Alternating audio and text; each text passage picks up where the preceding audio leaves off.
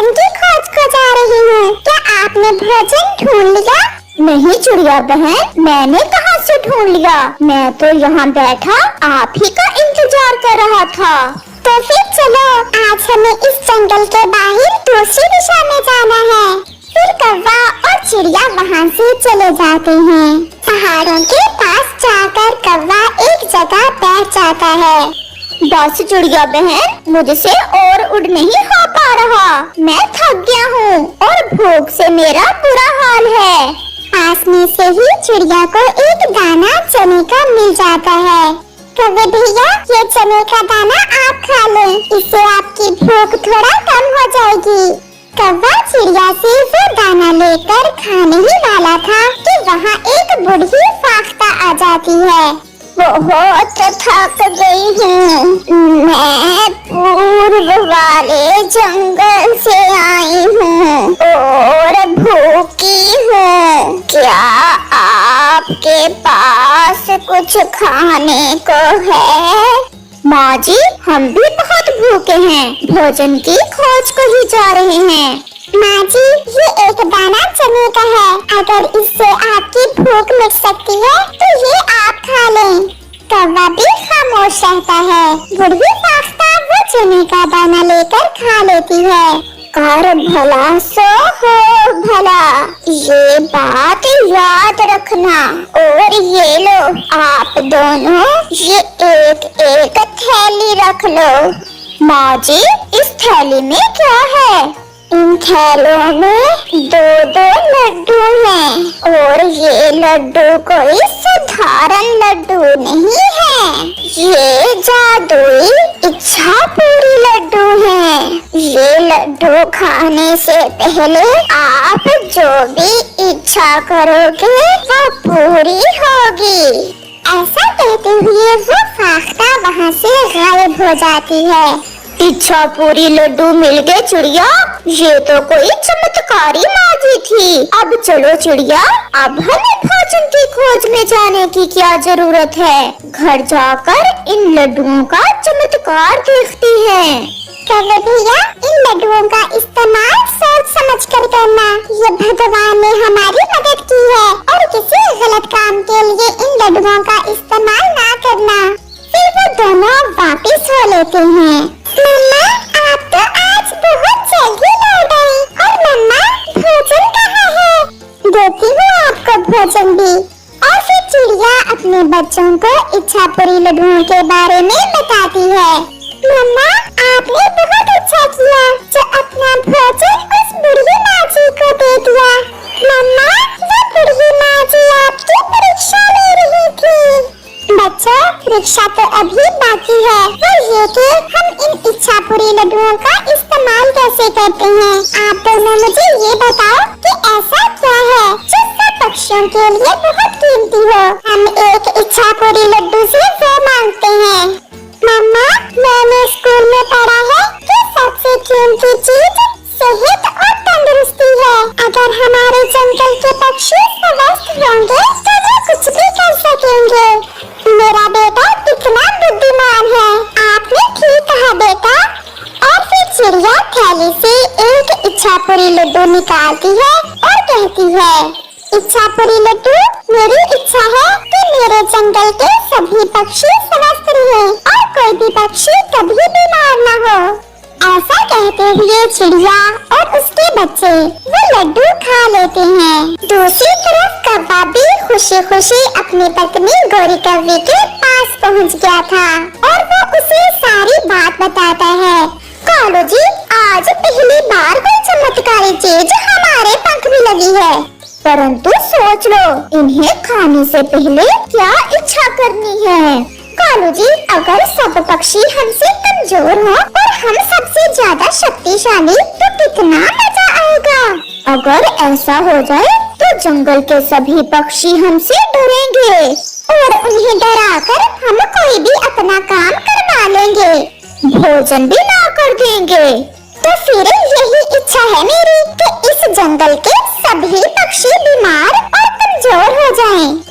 ऐसा कहते हुए कालू और गोरी वो इच्छा पूरी लड्डू खा लेते हैं। अब सुबह जंगल में जाकर गोरी देखेंगे कि कैसे पक्षी कमजोर और बीमार हो गए हैं। पक्षियों को कमजोर देखकर मुझे तो बहुत मजा आने वाला है। दूसरे रोज चिड़िया अपने दूसरे इच्छा पूरी लड्डू वाली थैली लेती है और अपने दोस्तों के पास चली जाती है। कबूतर और तोते, आज मेरे पास आपके लिए एक बड़ा सरप्राइज है। सरप्राइज? वो क्या चिड़िया बहन? मेरे पास इस थैली में 2 इच्छा पूरी लड्डू थे। एक को मैंने खा लिया है और इच्छा की है कि मेरे जंगल के सभी पक्षी स्वस्थ रहे। तो मैं भी कहूँ, मुझे कल से बुखार था और रात अचानक में स्वस्थ हो गया, तो फिर ये सब काम इच्छा पूरी लड्डू का था। हाँ कबूतर भैया, और अब मेरे पास ये जो दूसरा इच्छा पूरी लड्डू है, ये हम सोच समझ कर खाएंगे। ऐसे ही वहाँ गोरी और कालू भी आ जाते हैं। चिड़िया, आप सभी यहाँ क्या कर रहे हैं? क्या कोई बीमार है? नहीं गोरी बहन, अब हमारे जंगल में कोई भी बीमार नहीं होगा, क्योंकि मैंने इच्छा पूरी लड्डू खाकर यही इच्छा की थी कि हमारे जंगल में कोई भी बीमार न हो। गोरी, ये क्या हो गया? तो फिर क्या हमारा एक लड्डू बेकार में ही गया? क्या कहा कालू भैया? कुछ नहीं, चल कालू, मुझे एक काम याद आ गया है। फिर कालू और गोरी वहाँ से चले जाते हैं। उस माछी ने 2 लड्डू इस शैतान कौवे को भी दिए थे। इसे न जाने अब उन लड्डुओं का क्या करेंगे। चिड़िया बहन, छोड़ो इन शैतानों को। अब हमें ये सोचना होगा कि हम इस दूसरे इच्छा पूरी लड्डू से कौन सी इच्छा पूरी करें। मैं तो कहता हूँ कि इसे खाने से पहले इच्छा करते हैं कि जंगल में हर तरफ मिर्ची ही मिर्ची हो जाए, ताकि तुम्हारा पेट अच्छे से भर सके और बाकी सब भूखे मरें। नहीं कहते भैया, हम किसी ऐसे भोजन की इच्छा करेंगे जिसे सब मिलजुल कर खा सकें। चिड़िया बहन, क्यों ना हम इस इच्छा पूरी लड्डू से जंगल के मैदान में ऐसी चावल की फसल ले जो कभी खत्म न हो और हम सब पक्षी जिसे खा सकें। और ऐसे हमारे भोजन की चिंता हमेशा हमेशा के लिए खत्म हो जाएगी। फिर वो सब ऐसा ही करते हैं। इच्छा पूरी लड्डू, मैं ये इच्छा करती हूँ कि हमारे जंगल के मैदान में चावल की फसल उगाए जो कभी खराब न हो। ऐसा कहते हुए वो तीनों दोस्त वो इच्छा पूरी लड्डू खा लेते हैं। फिर वो सब मैदान की तरफ अपनी चावल की फसल देखने चले जाते हैं। कालू जी, ये चावल कहाँ से आ गए? इतने ढेर सारे चावल की फसल पहले तो यहाँ ना थी। ये जरूर चिड़िया के दूसरे इच्छा पूरी लड्डू ने दी है। तो अब हमें भोजन की क्या चिंता? अब देखना मैं कैसे अपनी इच्छा पूरी करती हूँ इस दूसरे लड्डू से। कहीं ऐसा न हो कि हमारा ये इच्छा पूरी लड्डू भी बेकार में ही चला जाए और हमें कुछ भी ना मिले। कालू जी, मुझे ना मेरा काला रंग अच्छा नहीं लगता। आधा लड्डू खाकर मैं अपना रंग सफेद करना चाहती हूँ। और बाकी का आधा लड्डू तुम मुझे दोगी, क्योंकि मैं उससे अपने लिए एक बड़ा सा घर बनाने की इच्छा पूरी करूँगा, और वो भी इस चावल की फसल के पास ही। फिर गोरी कौवी कहती है, इच्छा पूरी लड्डू, मेरा रंग सफेद कर दो। और गोरी आधा लड्डू खा लेती है। और इच्छा पूरी लड्डू जी, हमारे लिए एक बड़ा सा घर बना दो। फिर क्या था, उन दोनों की आधी आधी इच्छा पूरी हो जाती है। गोरी का रंग आधा सफेद हो जाता है और आधा घर बन जाता है। कालू जी, ये क्या हो गया? मेरा रंग तो आधा सफेद और आधा काला हो गया। मैंने ऐसा तो ना सोचा था। और घर भी आधा ही बना है, मैंने भी ऐसा ना सोचा था। फिर दोनों वहाँ बैठकर रोने लग जाते हैं। दूसरे पक्षी अपनी चावल की फसल देख बहुत खुश थे और वो गोरी को ऐसे देख उससे कहते हैं, गोरी, तुम गोरी हो या कोई चुड़ैल? मैं गोरी ही हूँ और इच्छा पूरी लड्डू ने मुझे ऐसा बना दिया। इच्छा पूरी लड्डू ने नहीं, तुम्हारे लालच ने तुम्हें ऐसा बना दिया।